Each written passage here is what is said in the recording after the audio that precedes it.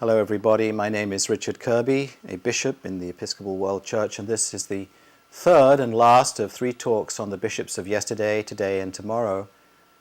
Why, you might ask, would we talk about the bishops of tomorrow when we've got enough on our hands now? Well, we might equally ask, why would we ask about the aeroplanes of tomorrow? There are many reasons. One is that we have to anticipate need, and if you're in the military, you think you have to anticipate enmity and keep up with your competitors and so-called enemies and so on. But in the study of the future, it's been worked out by the professionals of the World Future Society and others that by studying what could be in the future, that's what's possible, as well as beginning to, as it were, lubricate our imagination by saying what's probable, that is, extrapolating trends, we then learn what is preferable for us. As a very simple example, there are now space tourists as well as space weapons and space satellites. If we look at the future of space tourists, we would ask, if we are theologians, well, where are the chaplains for these space hotels? So that's something that we have to do, and the chaplains need their bishops, so there's the first fruit of our study of the future of the bishops. But there's something else, something much deeper than that, and that is that in our study of the trajectory of all the bishops that have been in the last 2,000 years, we have under our gaze, like botanists or entomologists or naturalists, a group of people who've lived their lives, presumably to the best of their ability, and have shown us how to be, and often how not to be, a bishop. And that doesn't mean one thing, it means that there's a set, maybe 10, 20, 100 qualities or attributes of personality, character, and theology that we want to draw out and teach as the best way to be a bishop. But the fact is that, oddly enough, the question about what is the best way to be a bishop has never really been asked, because theology, until very recently, has had no contact with scientific method, not even comparative method. So that the idea of asking the question, what is a good bishop, is usually the end of the journey. We don't stop there in my school. We ask, well, what would be or what would have been a better bishop, and what would be the best, and so on. Finally, this question about the idea of what would be or could be or should be the best bishop becomes like a Mobius strip. It's a kind of strip of paper where you end up going inside out. Or it's like a hole that Alice went through into a different world. And as you take this little drill question, what might be the best bishop, you drill through the question and it comes back and faces you like a mirror and says, what's the best person you can be? But it's not good enough to say, oh well, I've prayed that God will make me the best bishop I can be. That's the school of childhood, not adulthood.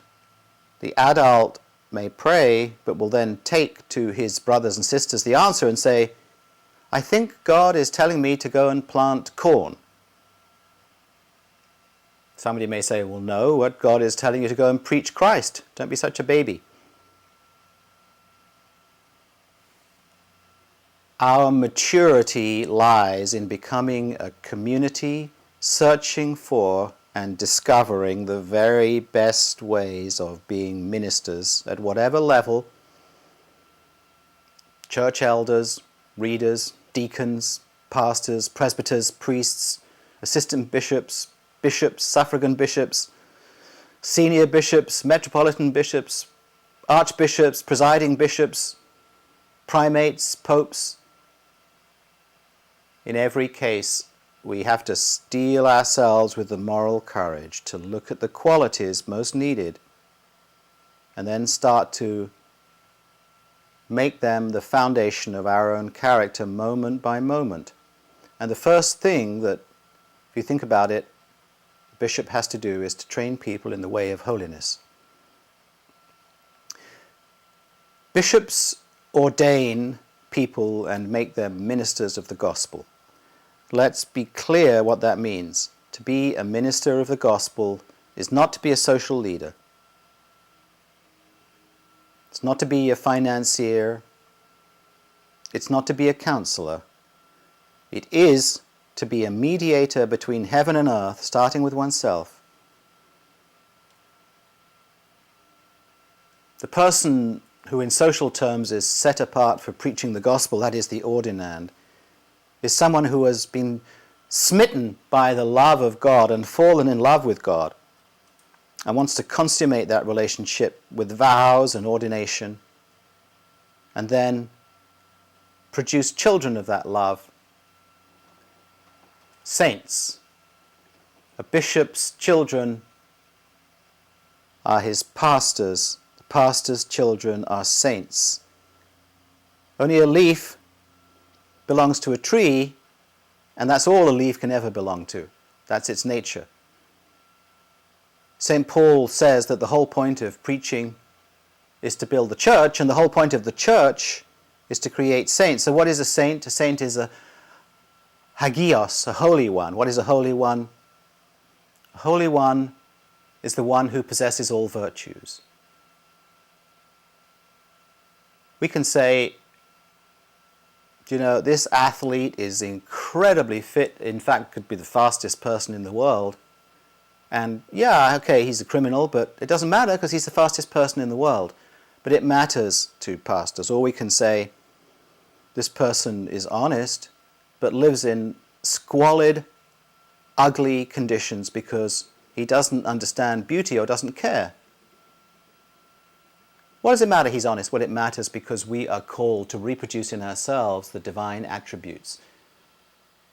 In Hinduism, for example, we hear that God is beauty, truth, bliss, and peace. In the Beatitudes of Jesus, we learn what it is to be God-like, that is to cash in our status of being made in the image of God. And that is to be peaceful, to be pure in heart, to grieve with the grieving, to love our enemies, to bless those who curse us, to be a suffering servant. But mostly, the bishop is the servant of the servants of God to lead all to joy. It's been said that happiness is finite, but joy lasts forever. The goal of the bishop is to create what one Armenian pastor called the happiest people in the world. The Greek word used in the Beatitudes is makarios, the blessed.